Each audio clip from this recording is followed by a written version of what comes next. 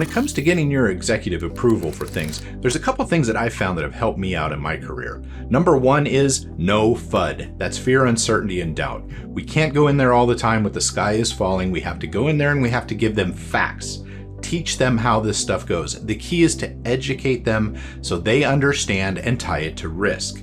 One good tip is tell them about some of these things that have happened out there, the news stories, the stuff that you've heard of, and explain to them how that tied down to a human. Maybe they were phished, maybe they were social engineered, maybe they opened a link or a document and enabled macros. All those things can help them understand what it is you're trying to get across there.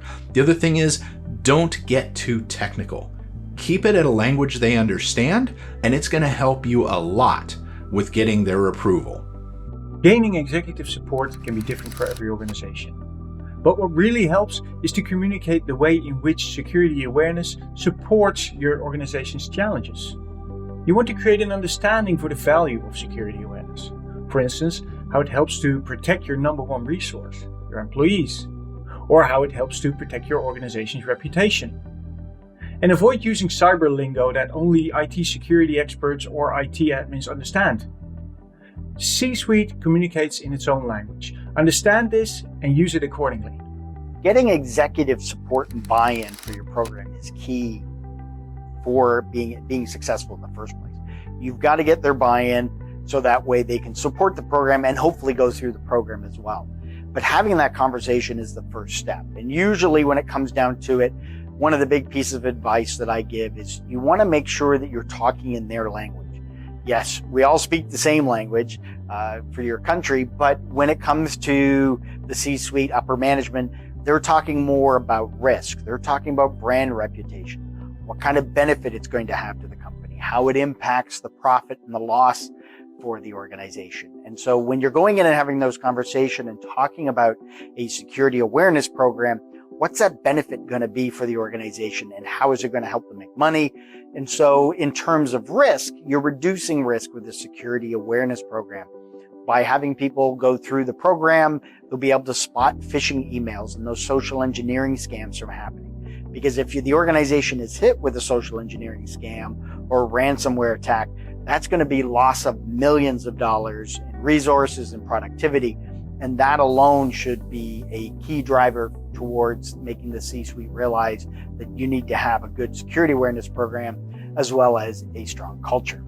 So how do you get and keep executive support?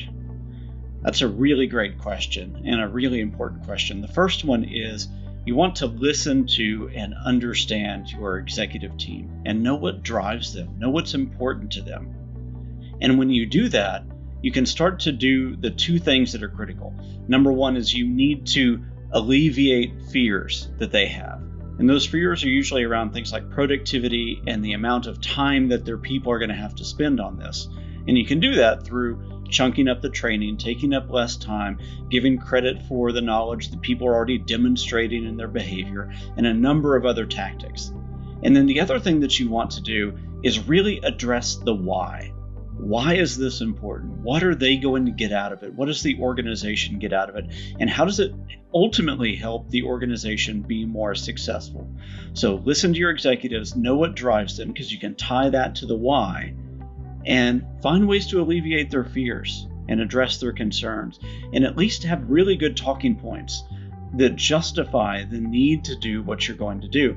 And guess what? The news really helps with that. If you look at your program as a project to start with, one of the first steps is to define its intent, regulatory and compliance requirements, training needs for your people, simulated social engineering, key success measures, and reporting needs.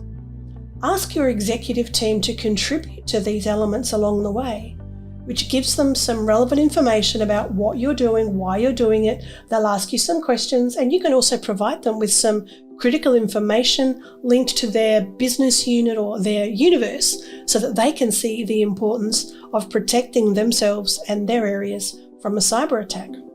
What you do then is put it all together into a presentation and ask for their support as a group, their sign-off for all of these different elements in your program requirements before you do anything else. If you don't get their support and sign-off, Unfortunately, your program's going to struggle and there's a high chance that it actually won't succeed.